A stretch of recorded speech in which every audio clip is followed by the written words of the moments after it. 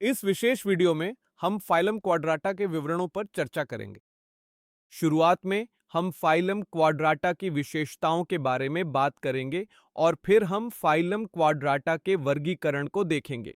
तो अगर हम उन विशेषताओं की बात करें जो फाइलम क्वाड्राटा में पाई जाती हैं, तो तीन विशेषताओं को मूलभूत विशेषताएं माना जाता है। तो पहली मूलभूत विशेषता है नोटोकोड। क्वाड्रेट्स में नोटोकोड उपस्थित होती है।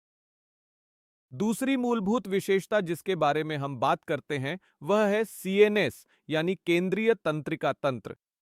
तो यह पृष्ठीय, डॉर्सल, खोखला और एकल होगा। तीसरी मूलभूत विशेषता है ग्रसनी, फेरिंक्स में गिल स्लिट्स की उपस्थिति। तो इन विशेषताओं को मूलभूत विशेषताएं माना जाता है जो कॉर्डेट्स में पाई जाती हैं। इन मूलभूत विशेषताओं की तुलना गैर कॉर्डेट्स में पाई जाने वाली विशेषताओं से की जाती है। तो गैर कॉर्डेट्स के मामले में नोटोकॉर्ड अनुपस्थित होगी, सीएनएस या नर्व कॉर्ड बिल्कुल उलटी होगी। तो गैर कॉर्डेट्स के मामले में यह वेंट्रल, ठोस और दोहरी होगी। गैर कॉर्डेट्स के मामले में गिल स्लिट्स अनुपस्थित होंगी। इसके बाद अन्य विशेषताओं की बात करते हैं। तो अगर हम दिल की बात करें तो कॉर्डेट्स के मामले में दिल वेंट्रल होता है और गैर कॉर्डेट्स के मामले में अगर दिल मौजूद है तो वह डॉर्सल होता है। तो यह आवश्यक नहीं है कि गैर कॉर्डेट्स के मामले में दिल मौजूद हो, लेकिन अगर दिल मौजूद है तो उसकी स्थिति निश्चित रूप से डॉर्सल होगी। इसी तरह पोस्टेनल टेल की बात करें तो कॉर्डेट्स के मामले में पोस्टेनल टेल मौजूद होती है, लेकिन गैर कॉर्डेट्स के मामले में यह अनुपस्थित होती है। इस विशेष चित्र में इन विशेषताओं को देखते हुए पहली विशेषता है केंद्रीय तंत्रिका तंत्र, जिसके बारे में हमने बात की थी। तो हम कह सकते हैं कि यह नर्व कॉर्ड है। हमने नोटोकॉर्ड के बारे में भी बात की थी जो यहां दिखाया गया है, और गिल स्लिट्स भी यहां दर्शाए गए हैं। तो आइए इन्हें एक एक करके देखें। तो इस मामले में यह विशेष संरचना छड़ जैसी संरचना है। यह नोटोकॉर्ड है। यह विशेष संरचना नर्व कॉर्ड है और ग्रसनी पर जो ये स्लिट्स हैं वे गिल स्लिट्स हैं। अब अगर हम नर्व कॉर्ड और नोटोकॉर्ड की स्थिति याद रखना चाहें तो हम यहां एक सरल बात ले सकते हैं कि दोनों नोटोकॉर्ड और नर्व कॉर्ड एन से शुरू होते हैं। तो आइए अक्षर एन को छोड़ दें। दूसरा अक्षर ई है और नोटोकॉर्ड के मामले में दूसरा अक्षर ओ है। तो ई पहले आता है, इसलिए ऊपर वाला हिस्सा, ऊपर की संरचना नर्व कॉर्ड होगी। ओ उसके बाद आता है, इसलिए नीचे की संरचना नोटोकॉर्ड होगी। तो इस तरह से हम याद रख सकते हैं कि नर्व कॉर्ड की स्थिति क्या है और नोटोकॉर्ड की स्थिति क्या है। इसके बाद एक और विशेषता दी गई है, वह है पोस्टेनल भाग। इन विशेषताओं के बाद हम देखते हैं अन्य विशेषताओं में संगठन के स्तर की बात करें तो यह है संगठन प्रणाली की सममिति द्विपार्श्वीय बाइलेटरल है। यहां 3 जर्म लेयर होंगी। ट्रिप्लोब्लास्टिक स्थिति, सीलोम उपस्थित होगा, इसलिए सीलोमेट स्थिति होगी। खंडन, सेगमेंटेशन भी उपस्थित होगा, लेकिन यह केवल आंतरिक होगा।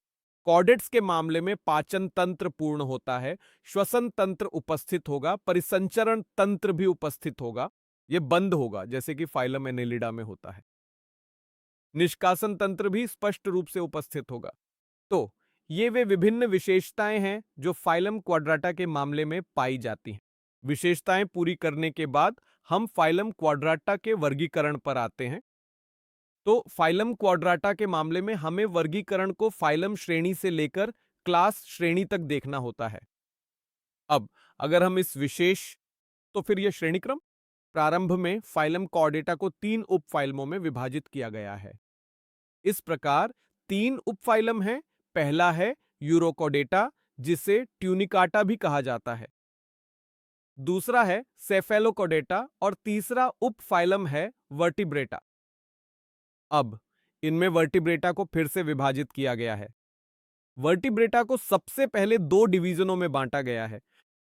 ये 2 डिवीजन हैं एग्नेथा और नेथोस्टोमाटा।